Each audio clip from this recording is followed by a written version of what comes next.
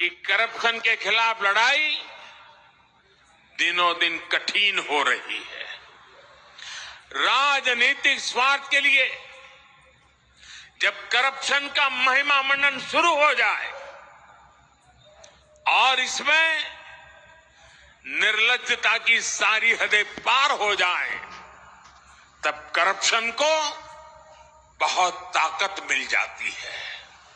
इसलिए तीसरे कार्यकाल में एनडीए सरकार का बहुत ज्यादा जोर हर तरह के करप्शन को जड़ से उखाड़ फेंकने का होगा।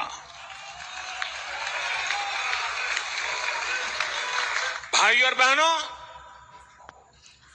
भाजपा के हर कार्यकर्ता के लिए हमेशा से दल से बड़ा देश रहा है। सेवा भाव से बड़ी राजनीति कोई नहीं हो सकती। इसलिए हमें सेवा भाव को सर्वोपरि रखने की परंपरा को निरंतर मजबूत करना है। भाजपा का कार्यकर्ता जन आकांक्षाओं, जन भावनाओं और जन अपेक्षाओं का प्रतिनिधित्व करता है और ये हम कभी भूल नहीं सकते हैं। जरूरी है कि समाज के हर वर्ग से और हर व्यक्ति से हम निरंतर संवाद करते रहे। साथियों, कुछ ही दिनों में देश छत्रपति शिवाजी महाराज के राज्याभिषेक की 350वीं वर्षगांठ मनाएगा। उनका जीवन अपने आप में इस बात की प्रेरणा है कि देव पथ पर अड़ी कैसे रहा जाता है। अपने देव पथ में भी हमारी मेहनत में कोई कमी ना रहे। हम पूरी निष्ठा से, पूरी ईमानदारी से देश की सेवा करते रहे। हमारे जीवन की बहुत बड़ी कसौटी होनी चाहिए। हम सभी मिलकर देश के लिए काम करें, हम देश हित को सर्वोपरि रखें, तभी हम अपने लक्ष्यों को हासिल कर पाएंगे। हमारा संविधान हमारी गाइडिंग लाइट है। इसी साल हमारे संविधान के 75 वर्ष पूरे होने जा रहे हैं। केंद्र की एनडीए सरकार सभी राज्यों के साथ, चाहे वो किसी भी दल की क्यों ना हो, मिलकर काम करेगी। विकसित भारत के लक्ष्य के लिए हम खूब मेहनत करेंगे, जमकर मेहनत करेंगे। हमारे पास रुकने का, थमने का समय नहीं है। ये राष्ट्र नीति के लिए एकजुट होकर आगे बढ़ने का समय है। विकसित भारत के हमें निरंतर बड़े फैसले लेने हैं।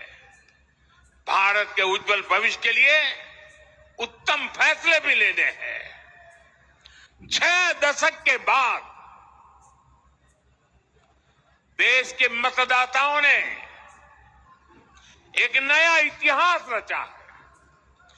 6 दशक बाद किसी गठबंधन को, एनडीए को लगातार तीसरी बार देश की सेवा करने का अवसर दिया है। जनता जनार्दन के साथ विश्वास का ये अटूट रिश्ता, ये लोकतंत्र की बहुत बड़ी शक्ति है। आपका आशीर्वाद नए उत्साह, नए उमंग के साथ काम करने की हमारी ऊर्जा है। मैं हमारे अध्यक्ष श्रीमान नड्डा जी और संगठन की केंद्र की टीम, संगठन की राज्यों की टीम, जिले की टीम, मंडल की टीम, बूथ लेवल की कमेटी हो या पन्ना प्रमुख, नड्डा जी के नेतृत्व में अनेक चुनौतियों के बीच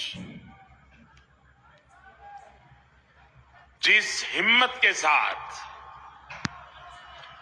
जिस समर्पण भाव से राष्ट्र प्रथम के मंत्र को जीते हुए इस चुनावी जंग में एनडीए को विजय दिलाई है, वे सबके सब अनेक अनेक अभिनंदन के पात्र हैं।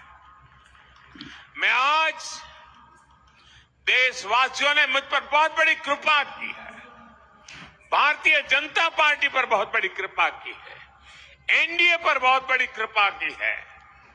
मैं 140 करोड़ देशवासियों का पुनः आभार व्यक्त करता हूं। मैं हमारे एनडीए के सभी साथियों का भी हृदय से बहुत बहुत अभिनंदन करता हूं। मैं इस देश के महान लोकतंत्र को, महान संविधान को फिर श्रद्धापूर्वक नमन करता हूं।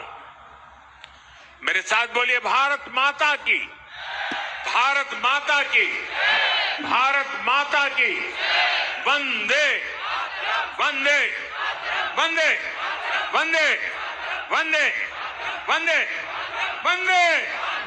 बहुत बहुत धन्यवाद।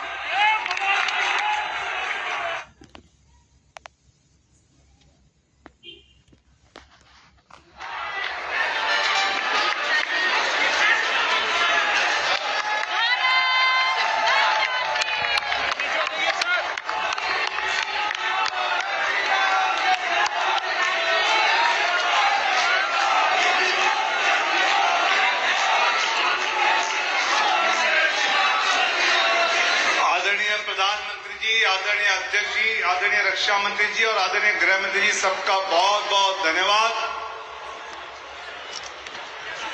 एक जीत के बाद